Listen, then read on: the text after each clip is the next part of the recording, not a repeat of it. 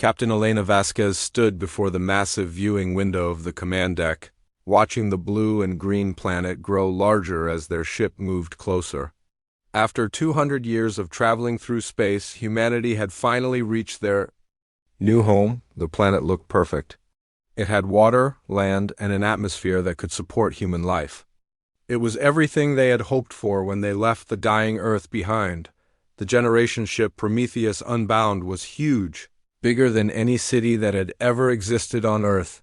It carried 50,000 humans in sleeping pods, all waiting to wake up on their new world. Elena had been awake for the last 5 years, along with a small crew, preparing for their arrival. They had studied the planet from a distance, run tests, and made plans for building their first settlement. Everything seemed perfect until the communication panel started beeping. "Captain, we're receiving a transmission," said Lieutenant Torres, the communications officer. His voice was tight with worry. Elena turned from the window. "Put it through." The main screen flickered to life, and Elena felt her heart sink. Standing before them was something that looked like a giant crystal sculpture, but it moved and spoke like a living being. The creature was tall, maybe 8 feet, and its body was made of what looked like blue and silver crystal that caught the light and threw it back in rainbow patterns. "I am Counselor Vexton of the Zephyrian Collective," the being said.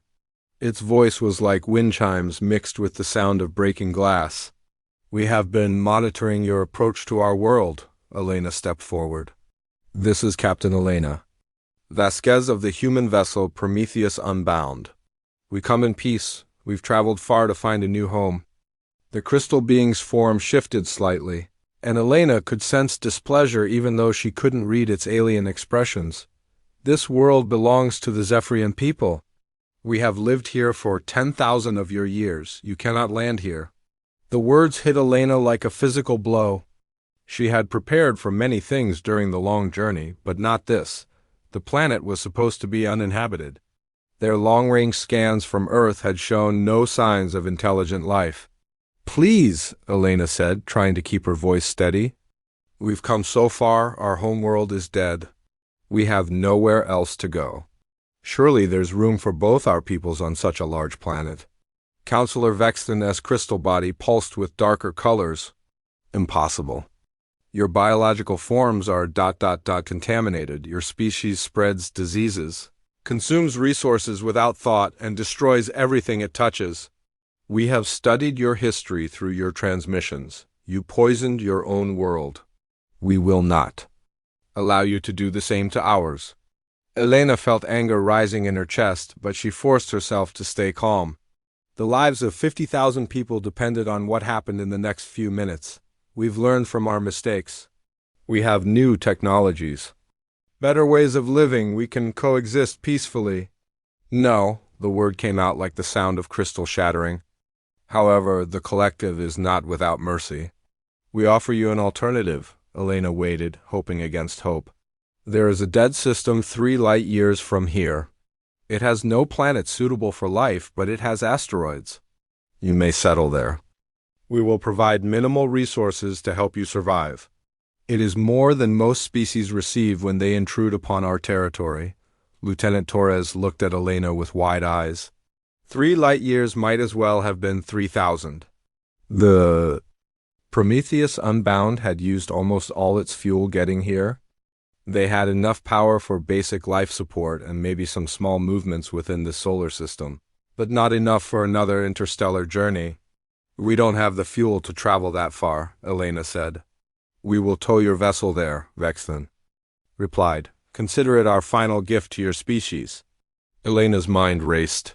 She thought of the 50,000 people sleeping in the pods below. They had left Earth expecting to wake up on a new world, to breathe fresh air and feel soil under their feet.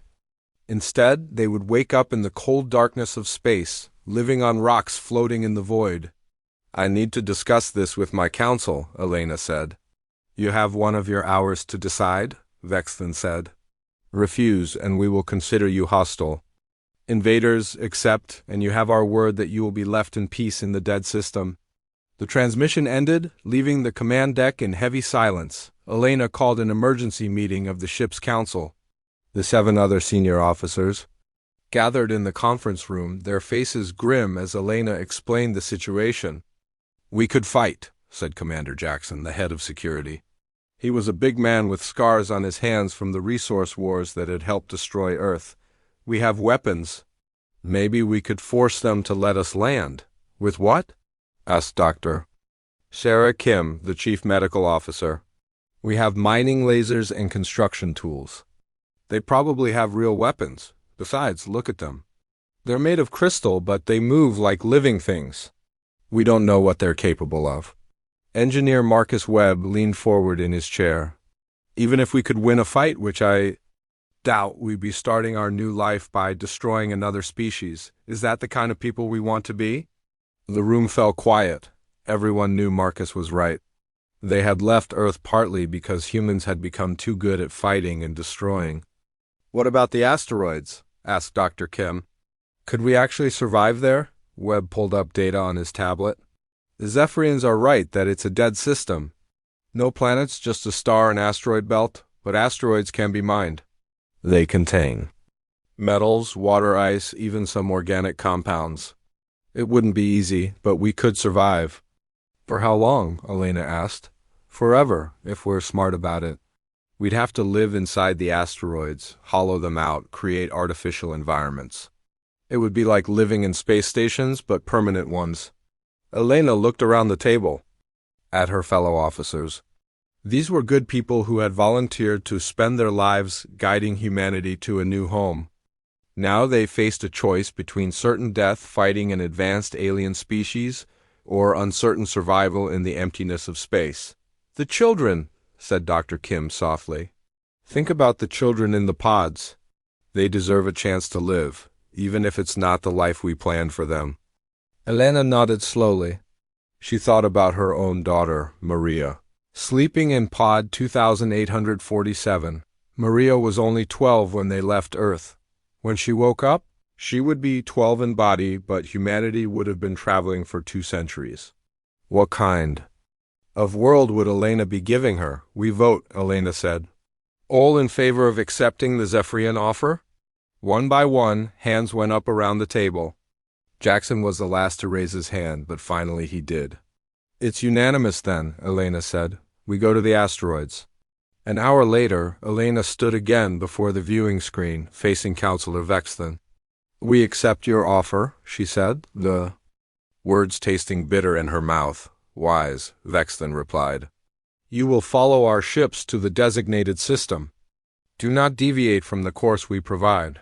Any attempt to return to our world will result in your destruction." 3 Zephyrian ships appeared on their sensors, each one sleek and beautiful like living jewels floating in space. They moved with impossible grace, and Elena could see energy fields surrounding them that her ship's computers couldn't identify. The towing process began, and Elena felt the Prometheus Unbound shudder as alien technology took hold of their vessel. Through the viewing window, she watched the blue and green planet fall away behind them. Somewhere down there, the Zephyrians continued their perfect lives on their perfect world, while humanity was dragged away to exile in the cold void between the stars. As the planet disappeared completely from view, Elena made a promise to herself and to the 50,000 souls in her care. The Zephyrians thought they were casting humanity aside like garbage, dumping them in a place where they would slowly die and be forgotten. They would learn how wrong they were. Humans had survived ice ages, plagues, wars, and the death of their own world. They had crossed the dark between stars to find a new home. If the universe wanted to test them by throwing them into the void, then humanity would show the universe what they were really made of. Elena touched the window with her palm, looking ahead toward the unknown system that would become humanity's new home. "We'll survive," she whispered. "And someday we'll be back." 50 years had passed since the Prometheus Unbound arrived in the dead system the Zephyrians had given them. The massive generation ship now floated among dozens of hollowed-out asteroids, connected by long metal tubes and cables that sparkled in the distant starlight. What had once been humanity's prison had become something the aliens never expected. Dr. Marcus Chun floated through the zero-gravity tunnel connecting Asteroid Base 7 to the main mining station. He moved with the easy grace of someone who had been born in space. His parents were among the original refugees from Earth, but Marcus had never known the feeling of real gravity or breathed air that didn't come from recycling machines. The asteroids were his home, and he loved them in a way the Earthborn generation could never understand. Marcus reached the mining station and pulled himself through the airlock. Inside, the artificial gravity created by the rotating habitat made his feet touch the floor with a gentle thud. The mining station was busy with activity. Workers in environmental suits moved back and forth, checking equipment and loading ore containers. But Marcus wasn't here for the regular mining operation. He made his way to Laboratory Section C, a small area he had convinced the administrators to let him use for his special research.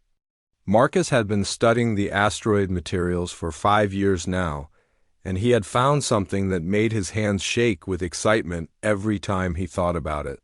"Marcus, you're late again," said Dr. Sarah Park, looking up from her computer. Screen. Sarah was 28, 3 years younger than Marcus, and one of the few people who understood his work. Like him, she had been born in the asteroids and had never seen a real planet. "Sorry, I got caught up reading the latest reports from Base 12, Marcus said, pulling himself into his workstation. "They're finding the same strange materials I've been tracking." "It's everywhere, Sarah. Every asteroid we've tested has at least some of it." Sarah moved over to his station, her magnetic boots clicking on the metal floor. "Show me what you found today." Marcus activated his computer and pulled up the scan results from his morning's work. The screen showed a three-dimensional image of rock and metal, but scattered throughout were small veins of something that glowed with a soft blue light. "The regular scanners can't even detect it properly," Marcus explained. "It only shows up when we use the quantum resonance equipment." "And watch this." He put his hand on a special sensor pad connected to the scanner. Immediately, the blue veins in the image began to pulse and glow brighter. The pattern looked almost like a heartbeat. "It responds to human neural activity," Marcus said, his voice full of wonder. "Not just brainwaves, but something deeper. When I concentrate on it, really focus my mind, the material changes its molecular structure." Sarah stared at the screen. "That's impossible. Rock doesn't react to thoughts." "This isn't regular rock. I've been calling it quantum responsive crystalline matrix, but that's just a fancy name for something I don't fully understand yet. The important thing is that it seems to be everywhere in this asteroid belt, and it only reacts to human minds." Marcus switched to another screen that showed test results from the past month. "I've been experimenting with different mental states, different types of concentration. When I focus on the idea of the material becoming harder, it actually increases its structural integrity by 30%. When I think about it becoming more flexible, it does that too." "Have you told Administrator Chun about this?" Sarah asked. Marcus shook his head. Administrator Chun was his aunt, but she was also one of the most practical people in the colony. She would want to know how this discovery could help with immediate survival needs before she would approve more research time. "Not yet. I want to understand it better first." "But Sarah, think about what this could mean. We've been using basic tools and equipment the Zephyrians gave us, just enough to survive. But if we could learn to work with this material, we could build things they never imagined." A soft chime sounded through the laboratory, and a voice came over the communication system. "Attention all personnel. This is Administrator Chun. Please report to the main assembly hall for an important announcement." Marcus and Sarah looked at each other with curiosity. Colony-wide announcements were rare and usually meant either very good news or very bad news. They made their way through the connecting tunnels to Asteroid Base 1, where the main colony administration was located. The assembly hall was a large, spherical room that could hold about 1,000 people in its tiered seating areas. As they found seats, Marcus noticed that people seemed excited rather than worried. Administrator Chun stepped up to the speaking platform. She was a small woman with gray hair pulled back in a tight bun, but her voice carried clearly through the hall. "Fellow colonists," she began, Today marks exactly 50 years since we arrived in this system. 50 years since the Zephyrians told us we would slowly die here in what they called the graveyard of failed civilizations. A few people in the audience laughed, but it wasn't bitter laughter. It was the sound of people who had proven someone very wrong. Today, I'm proud to announce that our population has grown to 75,000 people. We have established mining operations on over 300 asteroids. We have built 47 permanent habitats, each capable of supporting thousands of people. We have created closed-loop life support systems that are 98% efficient. And most importantly, we have raised 2 generations of children who call space their home. The hall erupted in applause. Marcus clapped along with everyone else, feeling proud of what humanity had accomplished. But he also felt excited about what they could accomplish in the future with his discovery. Administrator Chun raised her hand for quiet. But we cannot become complacent. Zephyrians left us here because they thought we would fail.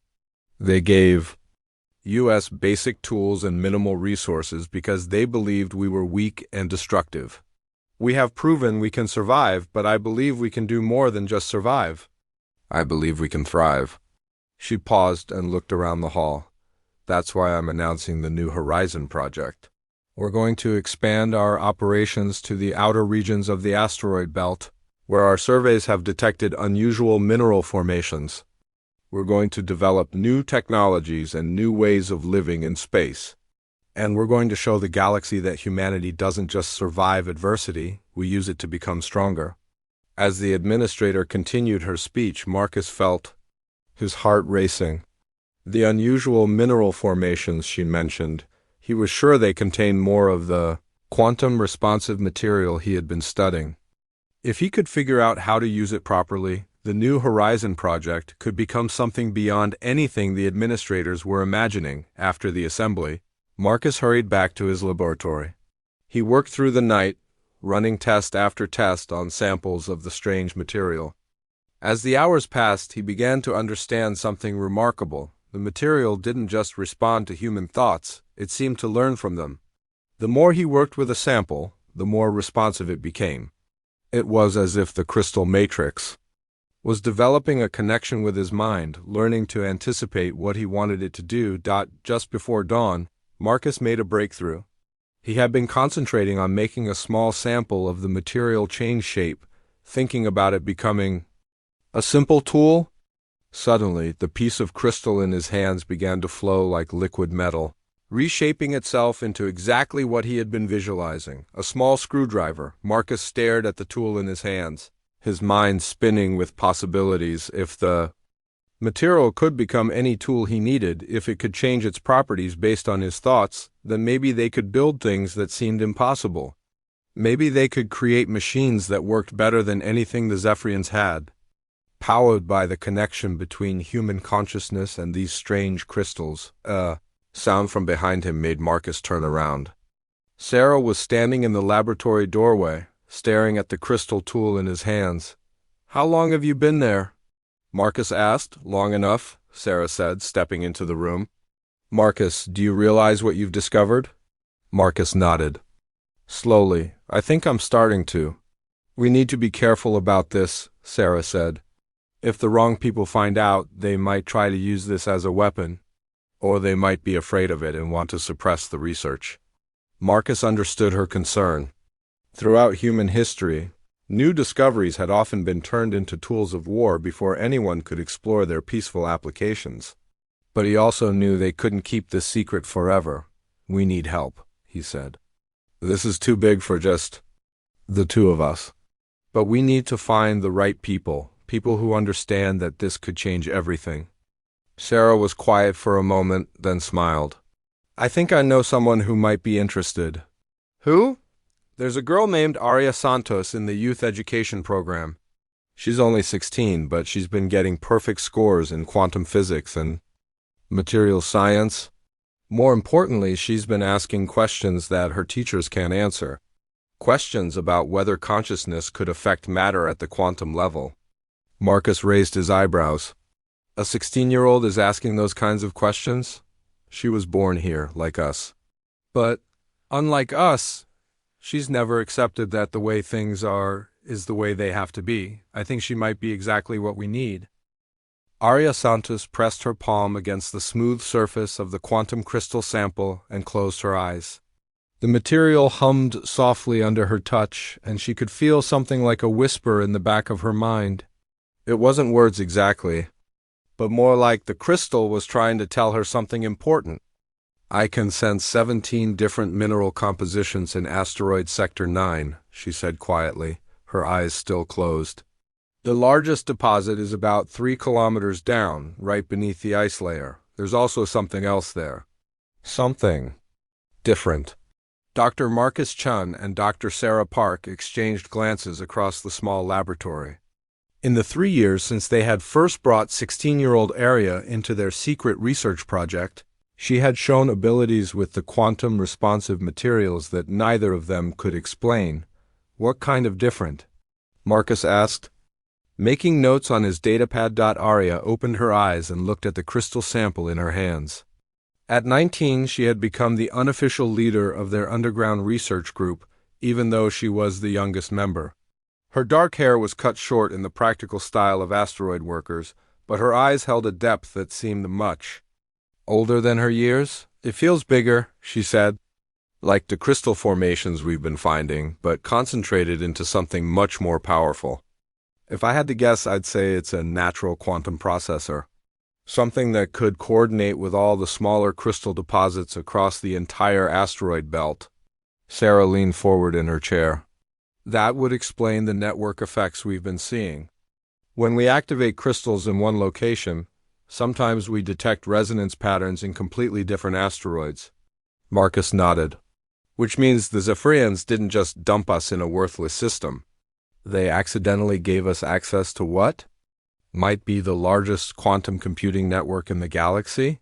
Their secret research project had grown considerably over the years. What had started as just Marcus and Sarah had expanded to include 12 of the brightest minds in the colony.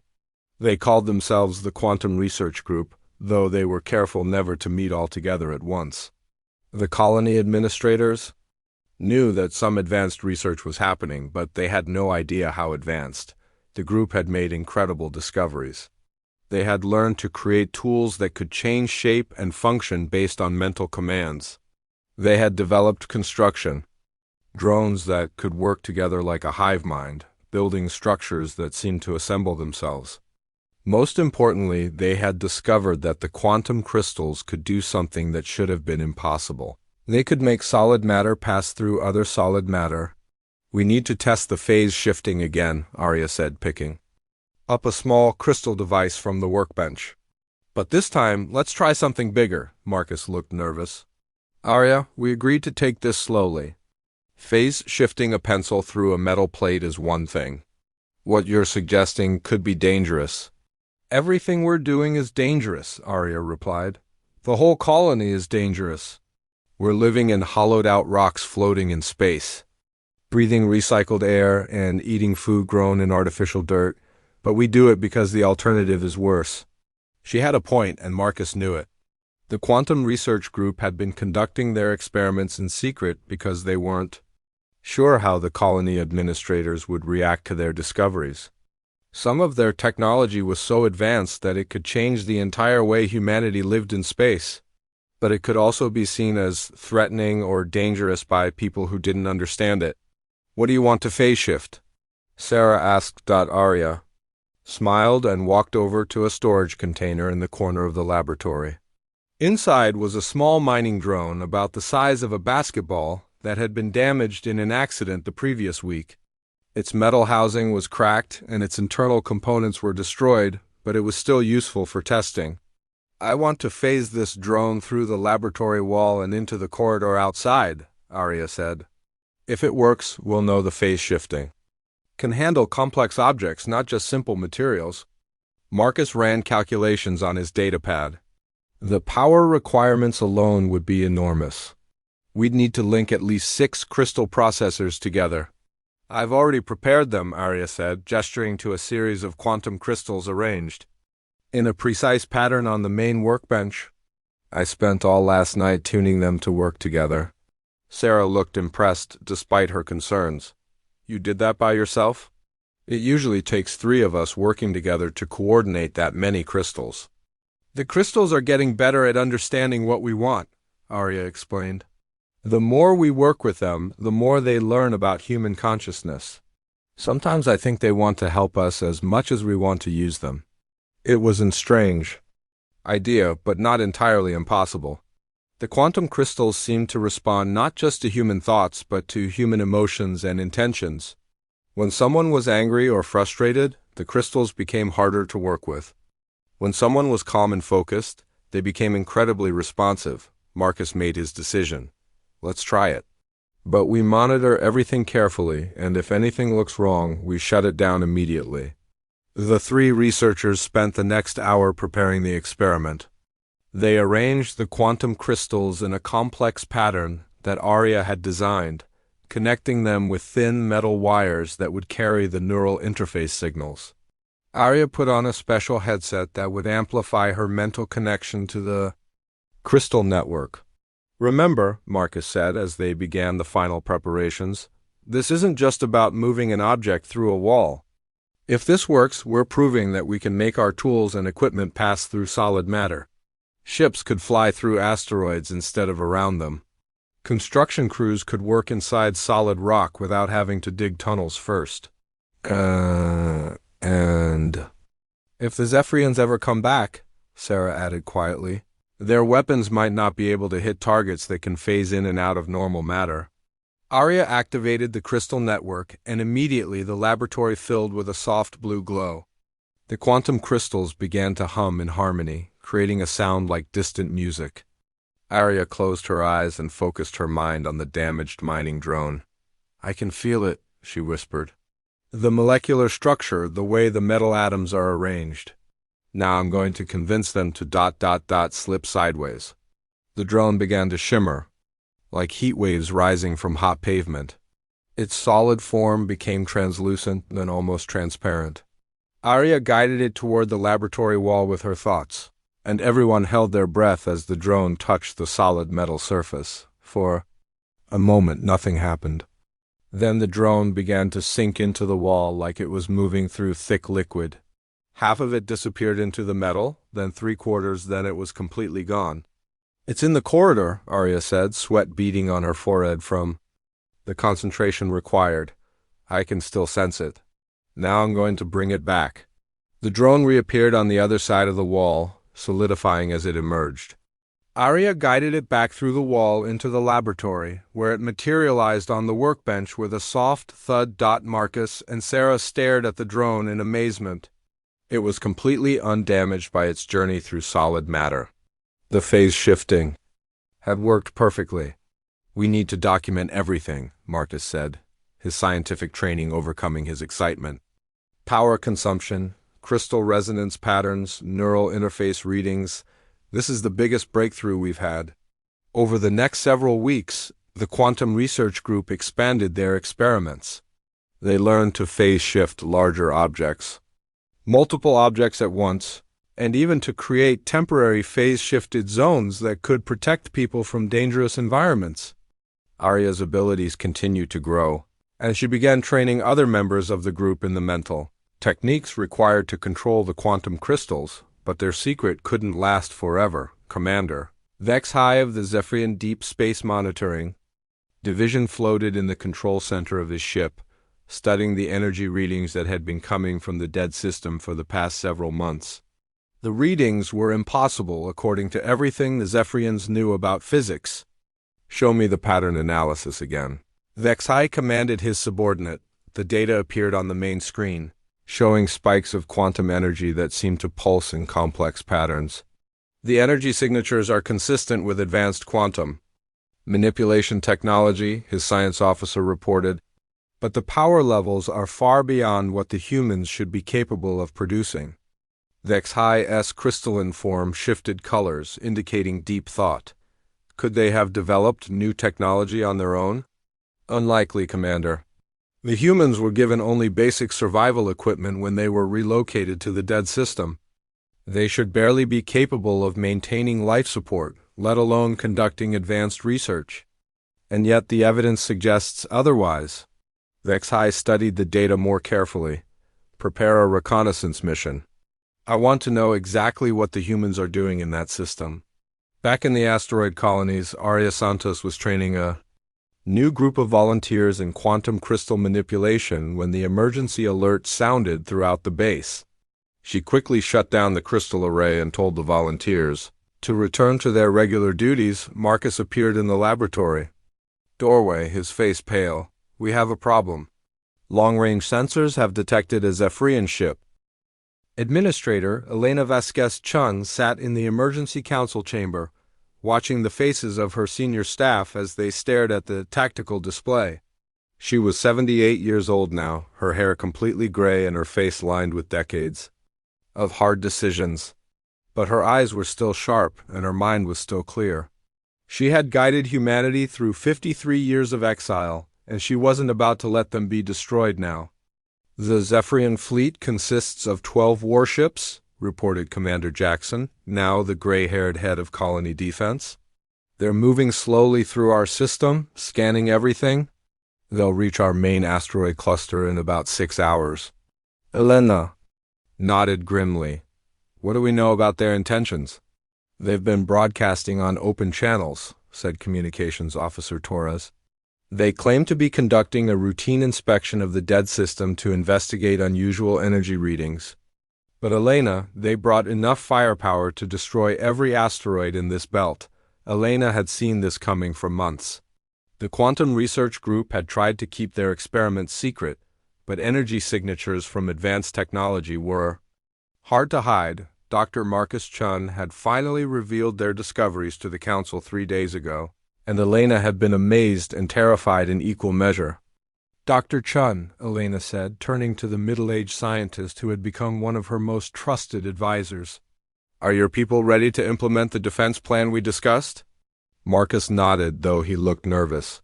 The Quantum Defense Network is in place across all major asteroids? Arya and her team have been working around the clock to synchronize the crystal arrays. But Elena, we've never tested this on such a large scale. We don't know if it will work against Zephyrian weapons. We're about to find out, Elena said. She activated the colony-wide communication system. All residents, this is Administrator Chun. We are now under Code Red emergency protocols. Move to designated safe zones immediately. This is not a drill. Across the asteroid belt, humanity prepared for war.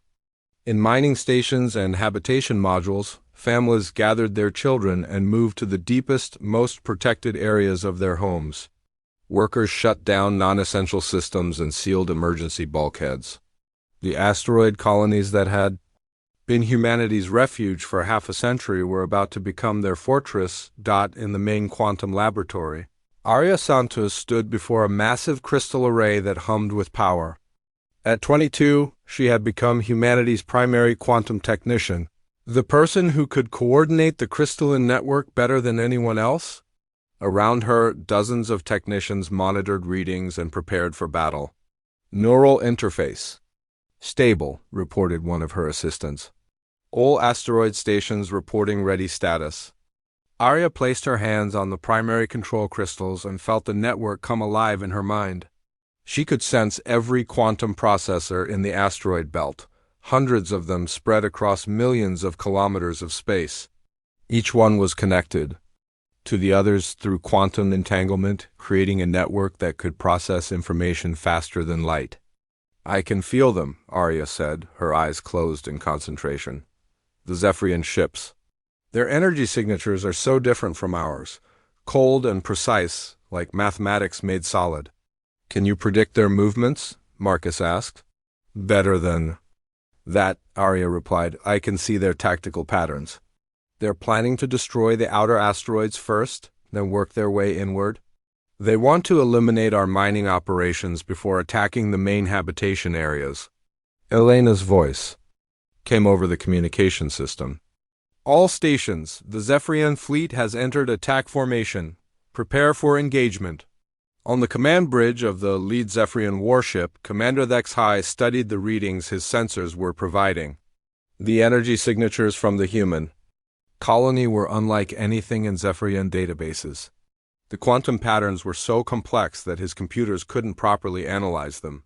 "Begin the attack," HFY ordered. "Target the outer mining installations first. Use low-power plasma bursts. We want to disable their operations, not destroy the resources completely." The Zephyrian fleet opened fire, sending beams of superheated plasma toward the asteroid mining stations. The weapons moved at the speed of light, impossible to dodge by any conventional means. But the asteroids they targeted simply weren't there when the weapons arrived. What happened? HFY demanded. "Did they evacuate?" "No, Commander," his science officer replied, confusion clear in his crystalline voice. "The asteroids phased out of normal space just before impact. They've reappeared in their original positions." HFY stared at the tactical display. "That's impossible. Matter cannot simply phase in and out of reality." But even as he spoke, the impossible happened again. The Zephyrian fleet fired a concentrated barrage at one of the larger asteroids, and the entire rock formation became translucent, allowing the weapons to pass harmlessly through it before solidifying again. In the quantum laboratory, Arya smiled as she felt the network respond to her commands. The crystals throughout the asteroid belt were working together, creating localized distortions in space-time that allowed solid matter to exist in multiple phases simultaneously. "Phase shifting successful on all targets," she reported. "Their weapons can't hit us as long as we maintain quantum coherence." But the Zephyrians were quick to adapt. HFY ordered his fleet to spread out and began targeting multiple asteroids at once, hoping to overwhelm the humans' defensive capabilities.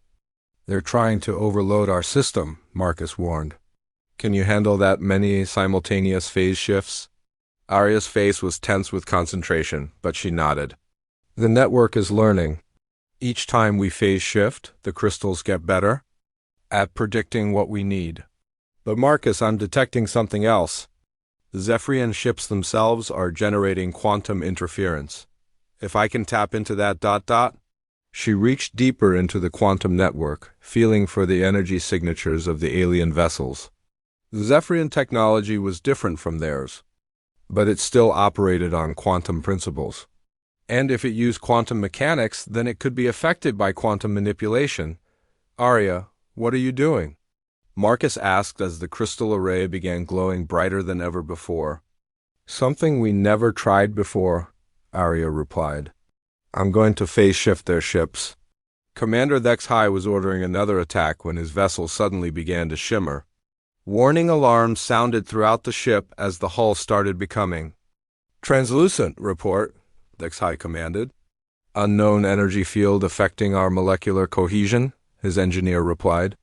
"We're being forced into some kind of quantum flux state. Reverse engines, get us away from whatever is causing this." But it was too late. The lead Zephyrian warship became completely transparent and began to sink into the asteroid it had been targeting. The crew watched in horror as their vessel passed through solid rock like it was empty space. Arya guided the ship through the asteroid's core and out the other side, where she allowed it to solidify again. The vessel was undamaged but completely surrounded by small human mining drones that had emerged from hidden bays throughout the asteroid. "This is Administrator Elena Shun of the Human Colonial Authority." Elena's voice broadcast to the Zephyrian fleet. "You are trespassing in sovereign human territory.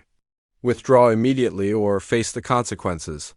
HFY stared at the human mining drones surrounding his ship. They were tiny compared to his warship, but he had just seen them phase his vessel through solid matter. If they could do that, what else were they capable of? "Impossible," HFY muttered. "These are the same primitive creatures we exiled 50 years ago. They should barely be capable of survival, let alone this level of technology." His science officer's voice was filled with awe. "Commander, I'm reading quantum manipulation technology that's centuries ahead of our own capabilities. They're not just surviving in this system, they're thriving with technology we can't even understand." More Zephyrian ships tried to attack, but the results were the same. Human asteroids phased out of normal space to avoid weapons fire. then return to reality to release swarms of construction drones that work together like a single intelligent organism. The drones could phase through ship hulls to disable weapons and engines from the inside, or they could solidify inside ship corridors to trap crew members. Admiral Chun, came a communication from one of the trapped Zephyrian vessels. We request permission to withdraw from this system. Elena looked around the command center at her people. Humans who had been written off as failures and exiles, who had been given the worst corner of space because their former captors thought they would die quietly. Instead, they had become something the galaxy had never seen before. Permission denied, Elena replied. Your commander will transport to our main station for negotiations. Your fleet will remain in place under the supervision of our defense. Drones. Any attempt to leave or communicate with Zephyrian space will result in the permanent disabling of your vessels. Vexai realized he had no choice. His fleet was completely outmatched by technology that seemed like magic. The humans had somehow turned their exile into the greatest technological advancement in galactic history. In the quantum laboratory, Arya finally opened her eyes and stepped back from the crystal array. She was exhausted from coordinating such a massive network, but she was also proud. Humanity had just won there. Commander Vexai stood in the main conference room of Asteroid Base 1. His crystalline form reflecting the soft lights and patterns that showed deep confusion and something that might have been respect. Across from him sat Administrator Elena Chun, now carrying the title of First Speaker of the Human Colonial Authority. Between them was a table made from quantum-responsive crystal that shifted colors as their emotions changed. 53 years ago, your people told us we were contaminated and worthless, Elena said calmly. You gave us this dead system because you thought we would slowly die here and be forgotten. Today, your most advanced warships couldn't even touch our asteroids. I think we need to discuss what happens next. Vexai's form pulsed with darker colors. Your species has developed technology that should not be possible. Our scientists have studied the quantum principles you are using, and they violate everything we understand about the nature of reality. No, said Dr. Marcus Chun, who sat beside Elena. We haven't violated the laws of physics. We've discovered laws that your people never found because you never needed to. You had perfect worlds and advanced technology given to you.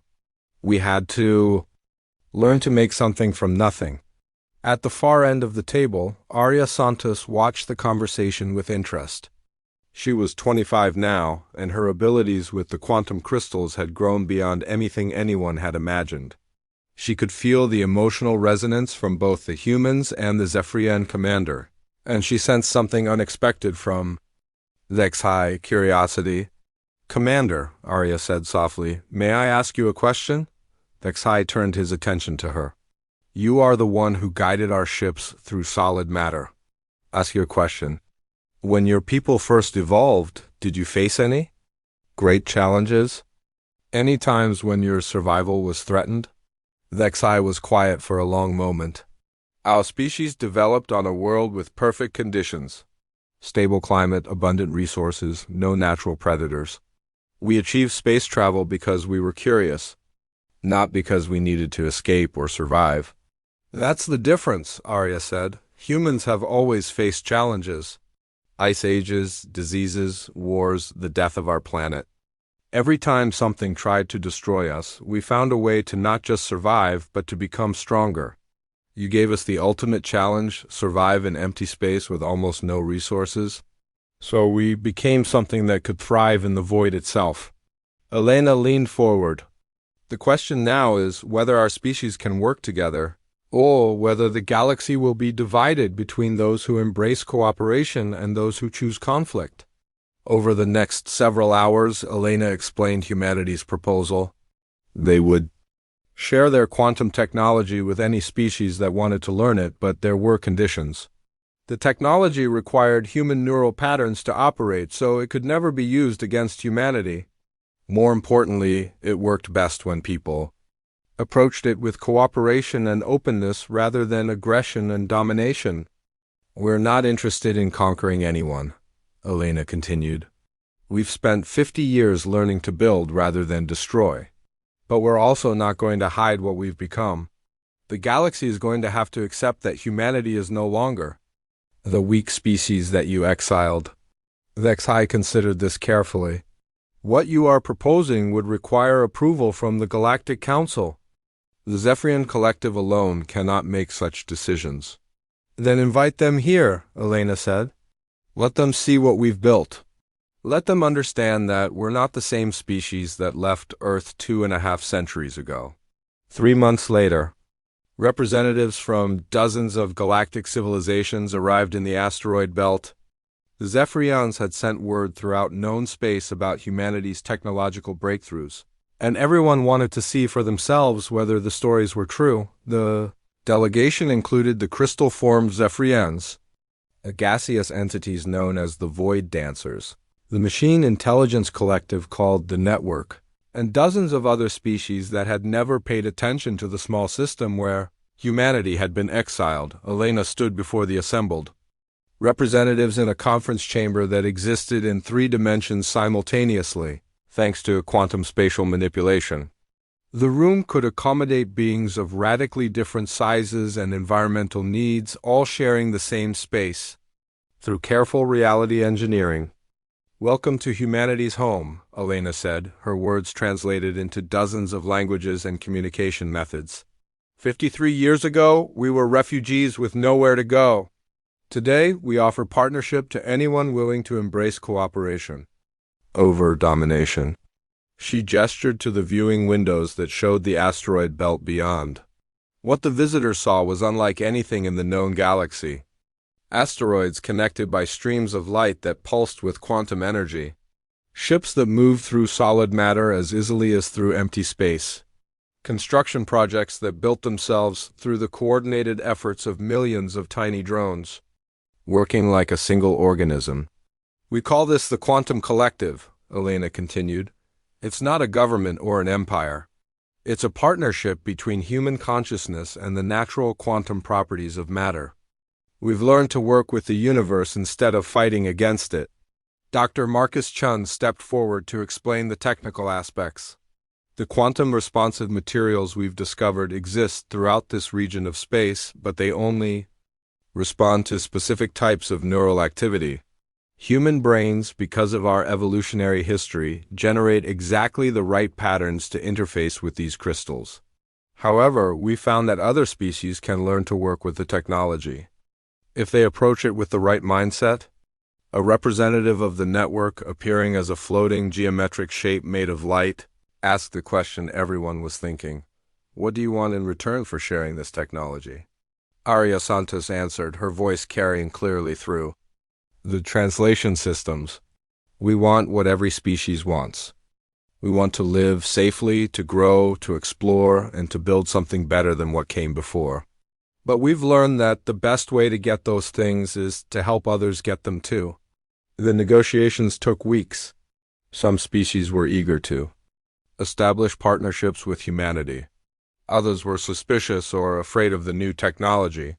A few, led by a militant faction of the Zephyrians, argued that humanity should be contained before they became too powerful, but the galaxy had seen what happened when 12 Zephyrian warships tried to attack the human colonies.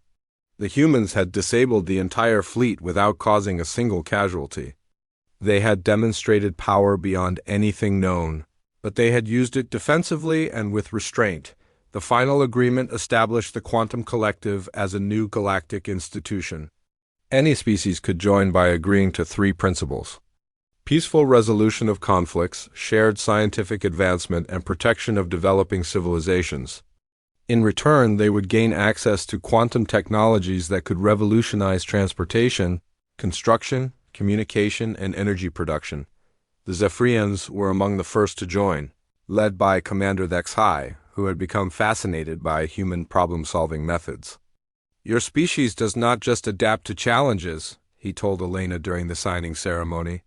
"You transform challenges into opportunities. It is a skill the galaxy needs."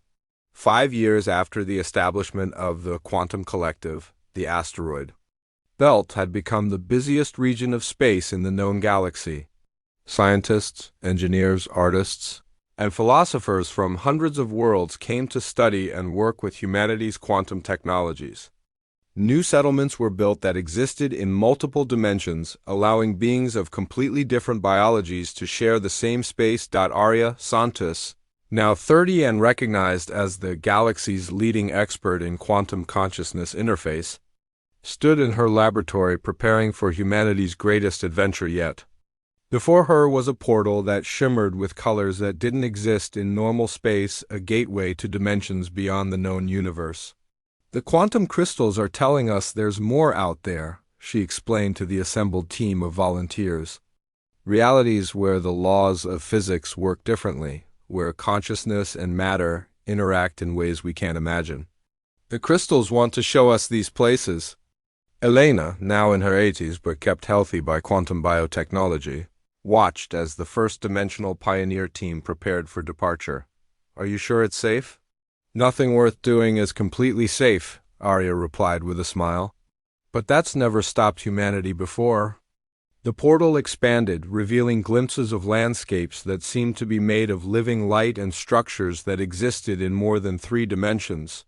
As Arya and her team stepped through, Elena felt the same pride she had experienced decades ago when humanity first proved they could survive in the void. Meanwhile, in the restored orbit of Earth, massive quantum terraforming ships worked to heal the damage humanity had done to their birthworld centuries ago. The planet was slowly coming back to life, its oceans cleaning themselves and its atmosphere restoring its proper balance. Children born in the asteroids were planning to visit the world their ancestors had been forced to leave. Elena stood on the observation deck of the orbital station, watching Earth turn slowly below. The planet looked healthier than it had in centuries, brought back to life by technologies that had been born in humanity's darkest hour. "We kept our promise," she said quietly to herself.